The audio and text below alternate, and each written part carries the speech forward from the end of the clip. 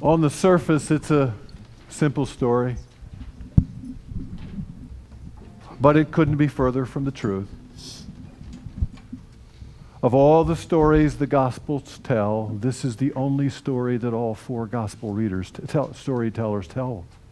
It's the only one that's found in all four Gospels. And Mark thinks it's so important, he tells it twice.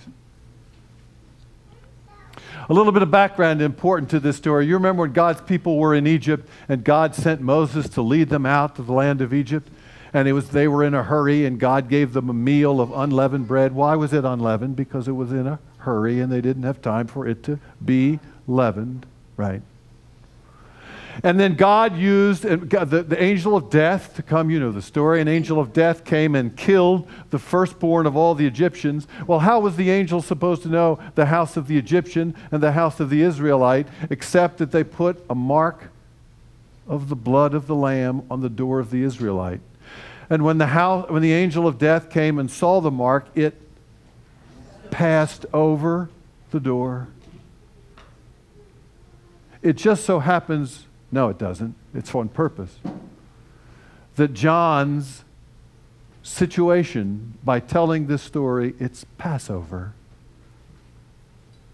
After this, Jesus went on to the other side of the Sea of Galilee, which is the Sea of Tiberias.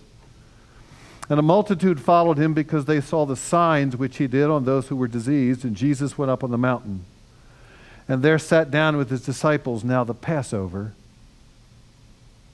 the feast of the Jews, was at hand. And lifting up his eyes and seeing a multitude was coming, Jesus said to Philip, "How in the world are we going to buy bread?" The Greek word for buy can also mean redeem.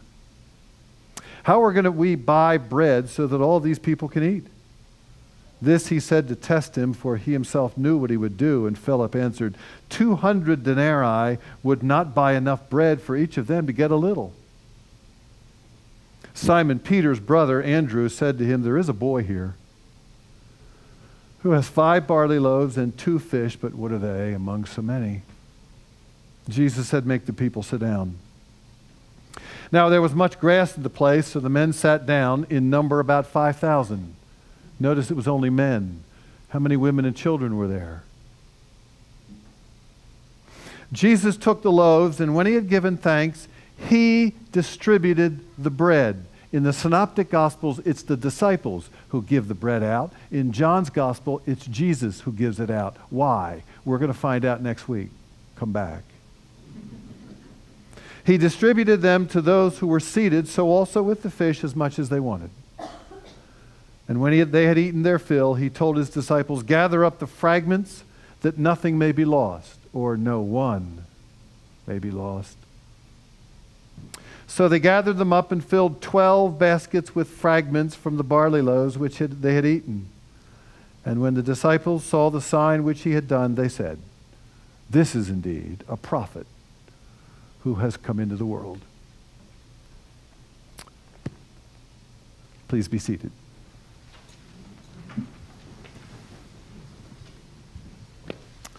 Would you please join me for a word of prayer? Let the words of my mouth and the meditations of our hearts be acceptable to you, O Lord, our strength and our Redeemer. Amen. Ladies and gentlemen, he is totally forgettable. Did you know there are 31,173 verses in the Bible, depending on your translation? And this person is mentioned in a grand total of 1 of them. But in my judgment, he is one of the most important characters in all of the New Testament. John tells us that 5,000 men, never mind the women and the children, 5,000 men were with Jesus on that mountain, and one of them, this little boy, brought a lunch. 5 cakes of bread, about that big around, 2 sardines, about yay big. Yippee! What good would that do? And then comes, it seems to me, one of the most profound discipleship parables in the entire Gospels. Jesus comes to that little boy and said, can I have your lunch? Abraham, would you go with me to the promised land? Jonah, how about us, you and me, going to Nineveh? Mary, I need a mother for my child. Saul or Paul or whatever your name is, would you be willing to take my message to the Gentiles? What if they'd have said no? Discipleship is the difference between a yes and a no. Excuse me, son. My name's Jesus. Can I have your lunch? I know you're hungry, and I know your mama made it for you, but there's an awful lot of people here who are hungry too. And if you'd be willing to share that lunch with me, you and I can feed all of them. You willing to trust me on this? I wonder how long it took for that kid to say something. Sure, Jesus. You can have my lunch. I have no idea why I'm saying this. I don't think it's going to make any difference, but yes. You can have my lunch. Ladies and gentlemen, those are the words of what Christian faith is all about. It's a yes rather than a no. It's trusting God enough to give away our stuff instead of hoarding it. It's living our lives the way Jesus lived his life. Yes, Lord, you can have my lunch. Had he kept it, it would have been nothing more than what? A lunch. But in Jesus' hands, it was a banquet that fed 5,000 people with more food than they had when they started. Bread. Lots and lots and lots of bread. Abraham went to the promised land and created a nation. Jonah went to Nineveh and 120,000 people repented. Mary went into labor and delivered the Christ child. Paul delivered the message, went to the Gentiles, and became the world's greatest evangelist. That's what Jesus means when he says, if you have faith the size of a mustard seed, it can move mountains. Because, ladies and gentlemen, when we turn in our lunches, our finances, our gifts, our talents, our abilities, our lives, we turn them into God, the impossible can happen. Miracles can happen. The kingdom can happen. Do we trust God enough to tell God, sure, you can have my lunch? I got to tell you a story. I've told some of you this story before. It's one of my favorite of all the stories. It's a true story. In Raleigh, North Carolina, all those years ago, they had just put in their first airport.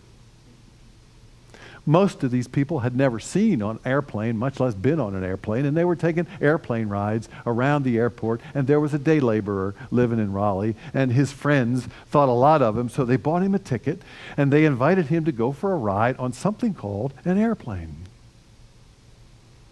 So they watched as he got on the plane, and the plane took off, and the plane circled the airport, and the plane landed, and they ran over to him, and he got off the plane, and they said, well, did you enjoy the trip? And he said, yeah, I did enjoy the trip, really, but to tell you the truth, he said, I never did put all my weight down on that plane.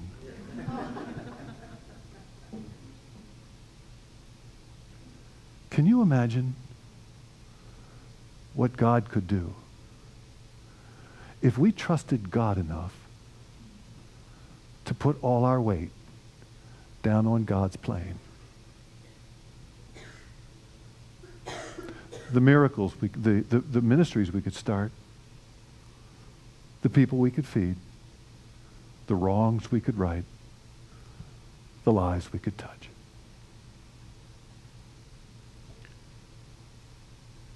Yes, Lord, you can have my lunch. That little boy and Jesus fed a multitude because of that boy's trust in turning over his lunch. Ladies and gentlemen, I don't know how to say this any other way than to say it like this. When that little boy's name becomes Jen and Andy and Juliet and Marianne and Miriam and Elena and Patty and Trey, then the miracle of that place will happen here. One day, after supper, Jesus was with not 5,000 people, but he was with a dozen. And he took bread and he broke it. And he said, "This is my body. It's broken for you. I'll be with you wherever you go. I have and will continue to bless you beyond your wildest imaginations, and have given you lots and lots and lots of everything you need. Now, can I have your lunch?"